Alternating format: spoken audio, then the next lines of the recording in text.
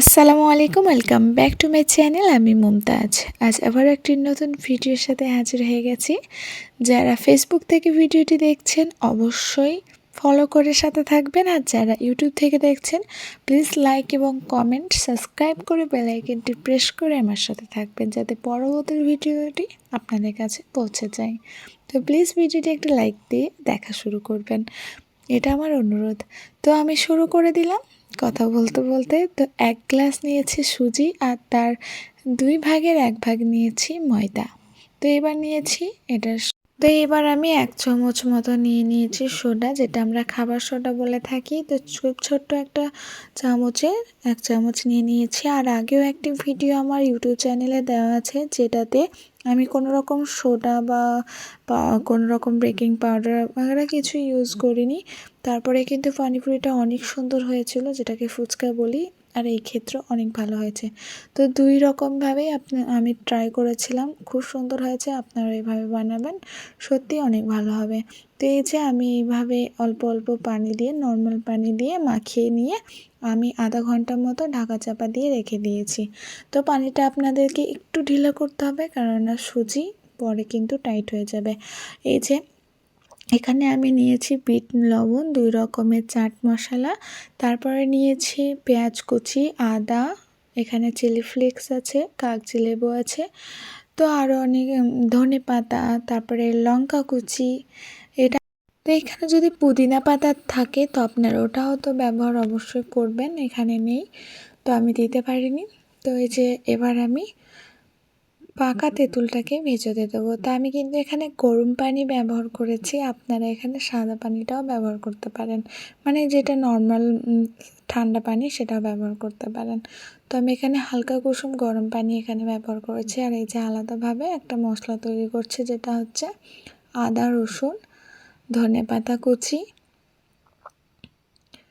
তারপরে দিলাম কাঁচা লঙ্কা কুচি, চিলি ফ্লেক্স। এবার আমি এটাকে ভালোভাবে পেস্ট করে নেব।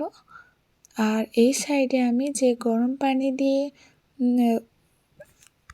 তেঁতুলটাকে ভেজাতে দিয়েছিলাম, সেটা আমি এবার ভালোভাবে গুলে নিচ্ছি, এবং ওপরে যে শাঁসটা থাকে সেগুলো রেখে তলার জাস্ট পানিটাকে নিচ্ছি। আর এই যে আমি দিয়ে একটা চাটনির মতো বানিয়ে নিচ্ছি। তো এটা কিন্তু আমি যে পানি তৈরি করব, সেই পানির দিয়ে আমি এটা ব্যবহার করব।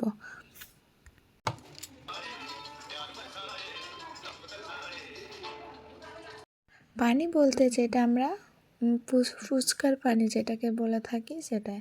তো এখানে আমি কিন্তু লবণও ব্যবহার করেছি, যেটা বিট লবণ বলে আমরা জানি। তো এখানে বিট লবণ ব্যবহার করছি, আর এটাকে খুব ভালোভাবে মাখিয়ে নেব। তো এর মধ্যে আরও একটা জিনিস দিলাম, যেটা হচ্ছে গুঁড়ো লঙ্কা। তো গুঁড়ো লঙ্কা খুব অল্প পরিমাণ দিয়েছি, কারণ আছে ওখানে কাঁচা লঙ্কা কুচি ব্যবহার করেছিলাম আগেই, এই জন্য ঝালের পরিমাণটা কম দিতে হবে। আর ফুচকার 2 রকমের মশলা এখানে ব্যবহার করেছি, যেটা দোকানে আপনারা কিনে পাওয়া যাবে, চাট মশলা। 2 রকমের পানিপুরি মশলা, চাট মশলা এখানে ব্যবহার করেছি। আর দিয়ে দিয়েছি কাগজি লেবুর রস, এবং কাগজি লেবুটাকে ফালি করে কেটে দিয়েছি। ধনে পাতা কুচি দিয়েছি, দিয়ে দিয়েছি পেঁয়াজ কুচি। তো পেঁয়াজ কুচিটা আপনারা স্কিপও করতে পারেন। তো এখানে আলাদাভাবে দেখুন আমি মটরশুঁটি দিয়েছি, মটরশুঁটি মানে আলু মাখা যেটাকে বলে। তো এখানে নিয়েছি মটরশুঁটি আর আলুটাকে একসঙ্গে সেদ্ধ করে নিয়েছি, আর কাঁচা লঙ্কাও বেশ কয়টা সেদ্ধ করে নিয়েছি। তো এর সাথে দিয়ে আমি চাট মশলা আর কালো নুন যেটাকে বলছি, মানে বিট নুন, আর দিয়েছি চিলি ফ্লেক্স, পেঁয়াজ কুচি, ধনে পাতা কুচি, লঙ্কা কুচি, এবং যে পানিটা করে রেখেছিলাম তেঁতুল ঘোলা, সেটা দিয়ে দিয়েছি, কাগজি লেবুর রস, চাট মশলাও এখানে দিয়েছি 1 চামচের মতো, স্বাদ মতো লবণ, জিরে এবং ধনে ভাজা গুঁড়ো করে দেওয়া আছে, আর দেওয়া আছে লঙ্কা, যেটা সেদ্ধ করে রেখেছিলাম একসঙ্গে, ওই আলুটার সাথেই সেদ্ধ করে নিয়েছিলাম। তো এটা আমি দিয়ে দিলাম। এখানে কাঁচা লঙ্কার পরিমাণ কম দিয়েছে, আপনারা বাড়িয়ে নিতে পারেন, কম বেশি করে নিতে পারেন। তো এই যে দুটোই আমি রেডি করে রেখে দিয়েছি, মানে আলু মাখাটা এবং ফুচকার মেন পানিটা রেখে দিয়েছি রেডি করে। এইদিকে আমি রুটিটা বানিয়ে নিচ্ছি। তো রুটিটা বানাতে আমার আম্মু এবং আমার বোন হেল্প করেছে। তো এই যে আমি ক্যামেরাটা করছি আর ওরা দুজন এই রুটি বানাতে হেল্প করছে। তো রুটিটা এইভাবে পাতলা করে বেলে নেওয়ার পর একটা ঢাকনা দিয়ে আমি এইভাবে গোল করে কেটে নিচ্ছি ফুচকার জন্য। তো এবার আমি ফুচকাটা ভেজে নেব। তো কখনো কখনো হালকা প্রেস করলেই ফুলে ওঠে, কখনো বা দেওয়া মাত্রই ফুলে উঠছে।